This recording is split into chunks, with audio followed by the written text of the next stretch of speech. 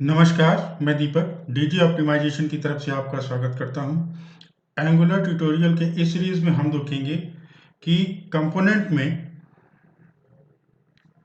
Inline style और inline template क्या होता है। तो चलिए देखते हैं इनलाइन टेम्पलेट और इनलाइन स्टाइल क्या होता है। हम लोग इसको कई तरीके से चेक करेंगे। पहले हम लोग सिर्फ इनलाइन स्टाइल यूज़ करेंगे, फिर इनलाइन टेम्पलेट यूज़ करेंगे और फिर दोनों को एक साथ यूज़ करके देखेंगे। तो चलिए चलते हैं विजुअल स्टूडियो कोड में। ये देखिए, ये विजुअल स्टूडियो कोड हो गया। यहाँ पर हमने जो पहला अपना ऐप किया था, माई डेमो ऐप। तो माई डेमो ऐप पे हम लोग काम कर रहे हैं। तो यहाँ पर देखिए, हम लोग जो फाइल है ये है app.component.ts। ये हमने ओपन कर रखा है। यहाँ पे आप देख रहे होंगे कि यहाँ पे टेम्पलेट यूआरएल आ रहा है और स्टाइल यूआरएल आ रहा है। तो टेम्पलेट यूआरएल, अगर हम लोग इनलाइन टेम्पलेट यूज़ करेंगे तो ये टेम्पलेट यूआरएल यहाँ से हट जाएगा।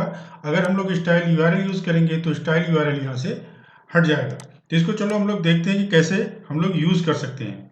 तो यहाँ पर एक हम लोग टर्मिनल यूज़ कर लेते हैं। एक नया टर्मिनल हम लोग यहाँ पे ओपन कर लिया और अब देखते हैं कि हम लोग कैसे यूज़ करते हैं। तो इसके लिए हम लोग एक कंपोनेंट क्रिएट करते हैं पहले। तो चलिए एक कंपोनेंट क्रिएट करते हैं। ng जनरेट कंपोनेंट, फिर कंपोनेंट का नेम। यहाँ पर हम लोग कंपोनेंट ले लेते हैं एम्प्लॉय।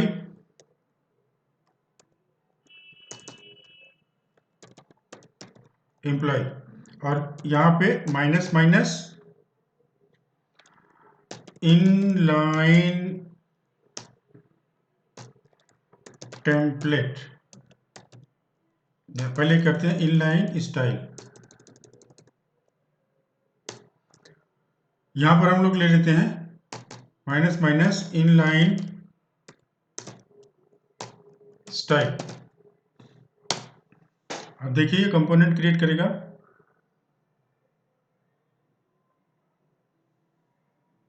अननोन कमांड को जनरेट कंपोनेंट में स्पेस होना चाहिए था, सॉरी।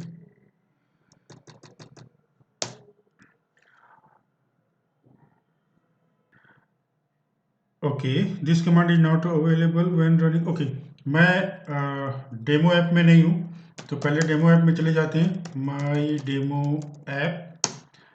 और अब हम लोग करते हैं ng-gc employee minus minus inline style.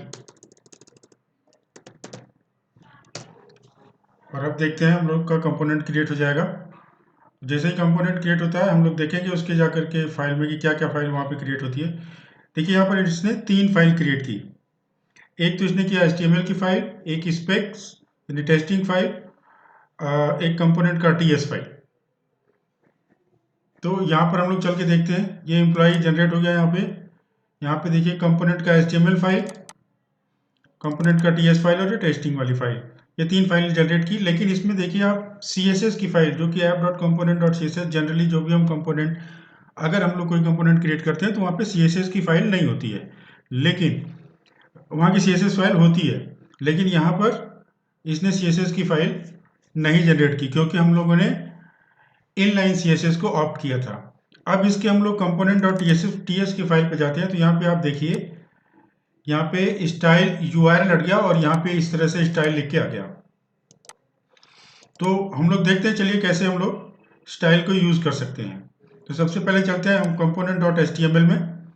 यहाँ पर देखिए app.component.html में हमने लिख रखा है please like share and subscribe. ये देखते हैं पहले ब्राउज़र में चल के कि वो इस तरह से शो हो रहा है या नहीं। तो ये देखिए हम लोग आ गए ब्राउज़र में और यहाँ पे please like share and subscribe आ रहा है। इसका मतलब हमारा जो ऐप है वो रन कर रहा है अच्छे से।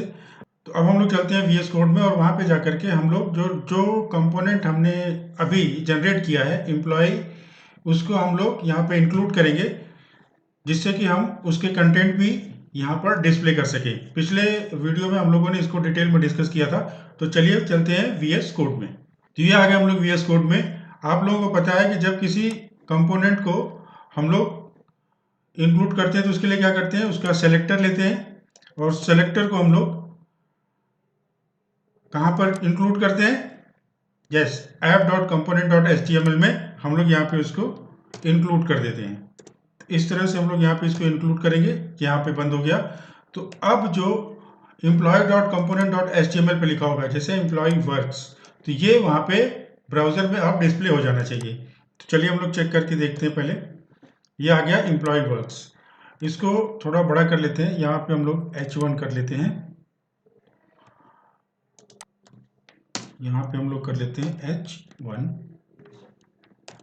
हो गया। अब चल के देखते हैं, ये देखिए यहाँ पे आ गया इस तरह से। अब हम लोगों ने जैसा कि इनलाइन CSS हम लोग यूज़ कर रहे हैं और employee.component.ts में आप देख रहे होंगे कि यहाँ पर इस तरह से स्टाइल लिख के आ रहा है। तो अब हम लोग क्या करेंगे, इसको कैसे यूज़ करेंगे, इसके लिए या तो हम लोग यहाँ पर एक क्लास ले लेते हैं जैसे नॉर्मली। तो यहाँ पे हमने एक क्लास ले लिया और उस क्लास का नाम हमने रख लिया, क्या रख लेते हैं, एम्प्लॉई रख लेते हैं। और इस क्लास को हम लोग अगर यूज़ करना चाहें तो हम लोग यहाँ पर यूज़ कर सकते हैं। क्या करेंगे, यहाँ पर ये डबल वो ले लेंगे और इसके बाद हम लोग यहाँ पे लिखेंगे डॉट एम्प्लॉई और उसके बाद यहाँ पे हम लोग ले लेंगे ये ब्रैकेट और इसके अंदर लिखेंगे कलर और यहाँ पे लिख देंगे, मान लीजिए अगर हम इसको लेना चाहें रेड। चल के देखते हैं ब्राउजर में, ये देखिए यहाँ पे आ गया एम्प्लॉय वर्क्स रेड में। तो इस तरह से हम लोग इनलाइन स्टाइल यूज़ कर सकते हैं। इनलाइन स्टाइल यूज़ करने क्यों यूज़ कर सकते हैं, इसका इंटरव्यू में क्वेश्चन आ सकता है। तो हम लोग इनलाइन स्टाइल इसलिए यूज़ करेंगे जहाँ पर हमें बहुत ही कम स्टाइल यूज़ करनी हो। ज़्यादातर स्टाइल कहाँ से आ रहा हो, ऐप का जो रूट है ना, ये यहाँ से app.component.css से। तो ज़्यादातर स्टाइल अगर यहाँ से आ रहा है तो हम लोग यहाँ पे बहुत ही मिनिमल स्टाइल यूज़ करनी है तो हम लोग इनलाइन स्टाइल का यूज़ कर सकते हैं। इसके बाद चलिए हम लोग दूसरा कंपोनेंट क्रिएट करते हैं जिसमें हम लोग देखेंगे कि इनलाइन टेम्पलेट कैसे यूज़ कर सकते हैं। तो दूसरा कंपोनेंट जनरेट करते हैं यहाँ से टर्मिनल से ngGC और दूसरा रख लेते हैं मान लीजिए अकाउंटेंट।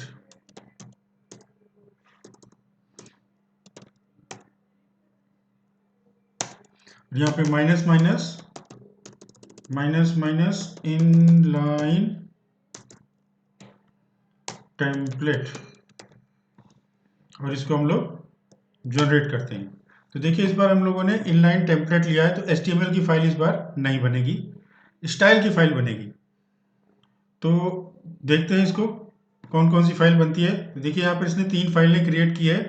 कौन कौन सी फाइल क्रिएट की है, एक तो टेस्टिंग की फाइल spec.ts, component.ts और CSS की फाइल यूज़ करी है यहाँ पे, ठीक है। तो ये 3 फाइलें यहाँ पे इन्होंने बनाई है। हम लोग आते हैं इधर अकाउंटेंट में, तो ये आप देखिए CSS की फाइल, टेस्टिंग वाली फाइल और .ts फाइल। तो अब हम लोग क्या करते हैं, .ts फाइल ओपन करते हैं। यहाँ पे आप देखिए ये आ गया इस तरह से टेम्पलेट, यहाँ पे और स्टाइल का URL आ गया। अगर आपको स्टाइल देना है तो स्टाइल आप कहाँ से देंगे, ये .css में।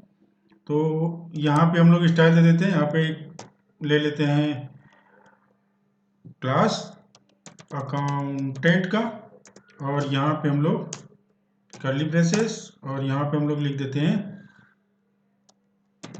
COL और कलर और इस बार ले लेते हैं हम लोग ब्लू, ठीक। हमने यहाँ पे कलर ब्लू ले लिया। अकाउंटेंट हमने यहाँ पे बना दिया क्लास। अब हम लोग आते हैं TS फाइल में, यहाँ पे ये P है, P को हटा करके हम लोग कर देते हैं H1। इसको सेव कर लेते हैं, यहाँ पे क्लास नेम दे देते हैं, क्लास इक्वल टू हमने क्या लिया था, अकाउंटेंट, ये क्लास लिया था।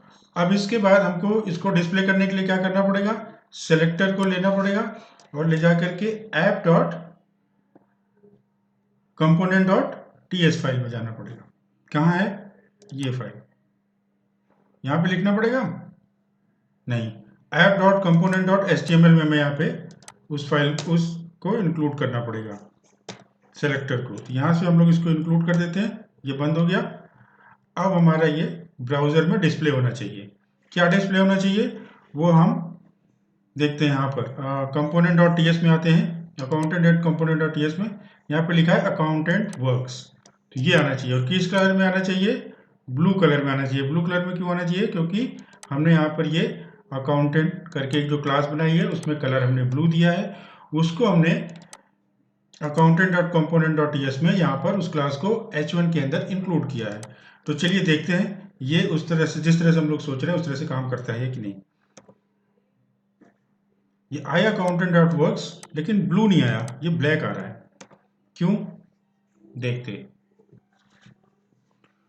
तो अब हम आते हैं पहले इसके CSS फाइल में। स्पेलिंग का मिस्टेक हो सकता है, तो देखते हैं इधर। हाँ, स्पेलिंग मिस्टेक थी। ये देखिए वहाँ डबल सी था, यहाँ पे सिंगल सी। अब ये काम करना चाहिए। देखते हैं यहाँ पर ये देखिए ये ब्लू में आ गया। तो इस तरह से हम लोग इनलाइन टेम्पलेट भी यूज़ कर सकते हैं। क्या हम दोनों एक साथ यूज़ कर सकते हैं? बिल्कुल यूज़ कर सकते हैं। अगर हम कोई कंपोनेंट क्रिएट करते हैं, जैसे मान लीजिए यहाँ पर हम चलिए करके देख लेते हैं। एक कंपोनेंट हम यहाँ पे क्रिएट करते हैं ng जनरेट कंपोनेंट, और यहाँ पर हम लोग कंपोनेंट का नाम ले लेते हैं स्टूडेंट,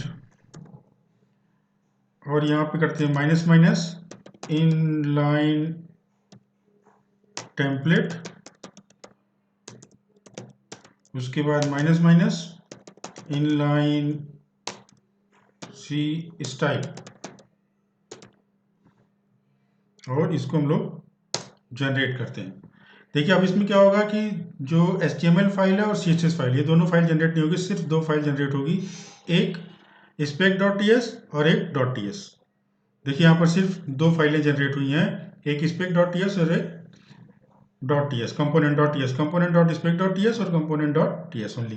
तो इसको चल के हम लोग देखते हैं। यहाँ पर जो हमने बनाया अभी स्टूडेंट, ये स्टूडेंट है, इसमें देखिए सिर्फ एक फाइल यहाँ पे आपको देखने को मिल रही है, दो फाइल, इस student.component.spec.ts जो टेस्टिंग के लिए यूज होती है, और student.component.ts। यहाँ पे आप देखिए, यहाँ पे इस तरह से आप स्टाइल भी लिख सकते हैं, और यहाँ पे आप अपना टेम्पलेट भी डिफाइन कर सकते हैं। तो इसके लिए इसको भी आपको देखना है। तो ये P है, मान लीजिए इसको मैं एक क्लास ले लेता हूँ, और क्लास ले लेता हूँ स्टूडेंट,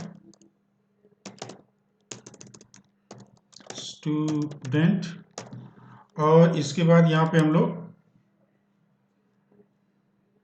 क्या करते हैं, स्टाइल इसकी डिफाइन कर देते हैं। यहाँ पे लिख लेंगे डॉट स्टूडेंट, उसके बाद यहाँ पे लिख देते हैं कलर, और कलर ले लेते हैं हम लोग ग्रीन। ये बंद हो गया यहाँ पे, ये बंद हो गया यहाँ पे।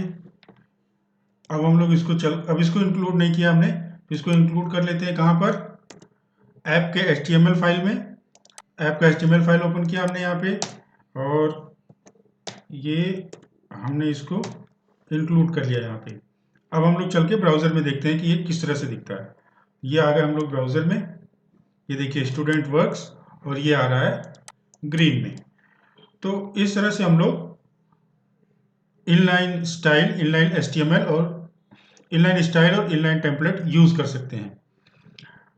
दोनों को एक साथ भी यूज़ कर सकते हैं, दोनों को अलग अलग यूज़ कर सकते हैं। तो इंटरव्यू में कुछ क्वेश्चंस पूछे जा सकते हैं आपसे। जैसे पहला क्वेश्चन पूछा जा सकता है कि कैसे यूज़ कर सकते हैं इसको। तो कैसे तो हम लोगों ने समझ लिया। अब जो मेन क्वेश्चन आता है वो कि क्यों यूज़ कर सकते हैं इसको, क्यों यूज़ करते हैं। जैसे अगर मान लीजिए इनलाइन CSS यूज़ करना है, तो इनलाइन CSS उस केस में यूज़ कर सकते हैं जहाँ पे हम लोगों को बहुत ही कम स्टाइल यूज़ करनी हो, ज़्यादातर स्टाइल जो मेन फाइल है style.css उससे आ रहा हो, और यहाँ पे हम लोगों का बहुत ही कम मिनिमम स्टाइल हमें यूज़ करना हो, तो हम लोग यहाँ से यूज़ कर सकते हैं। दूसरी चीज़, अगर पूछे कि इनलाइन टेम्पलेट क्यों यूज़ कर सकते हैं, तो उसके लिए आप बोल सकते हैं कि इनलाइन टेम्पलेट जहाँ पर कि हमें बहुत ही कम टैग्स यूज़ करने हो HTML के, ज़्यादातर हमें स्टाइल यूज़ करना हो, तो उसके लिए हम लोग इनलाइन टेम्पलेट यूज़ कर सकते हैं। इसका बेस्ट एग्जांपल जो मेरे समझ में अभी आ रहा है, उसको आप सर्च बॉक्स बना सकते हैं। जैसे मान लीजिए अगर आपने कोई सर्च बॉक्स बनाया है, तो सर्च बॉक्स में बहुत सारी स्टाइल यूज़ होती है, लेकिन टैग सिर्फ एक छोटा सा इनपुट का होता है। तो इसलिए आप ऐसे सिचुएशन में इनलाइन टेम्पलेट यूज़ कर सकते हैं। इसके बाद दोनों को साथ में यूज़ करना है, तो जहाँ मिनिमम स्टाइल और मिनिमम टेम्पलेट यूज़ करना हो, मिनिमम टैग यूज़ और मिनिमम सीएसएस यूज़ करना हो, तो ऐसी जगह पर हम लोग इसको यूज़ कर सकते हैं। दोनों साथ यूज़ कर सकते हैं। यस, हमने करके देख लिया, दोनों साथ यूज़ कर सकते हैं। तो आज के वीडियो में इतना ही। अगर आपको कोई डाउट हो तो ज़रूर पूछिए, कमेंट बॉक्स में हमें बताइए। बिल्कुल हम उसकी आपकी शंका का समाधान करने की पूरी कोशिश करेंगे। जय हिंद, जय भारत।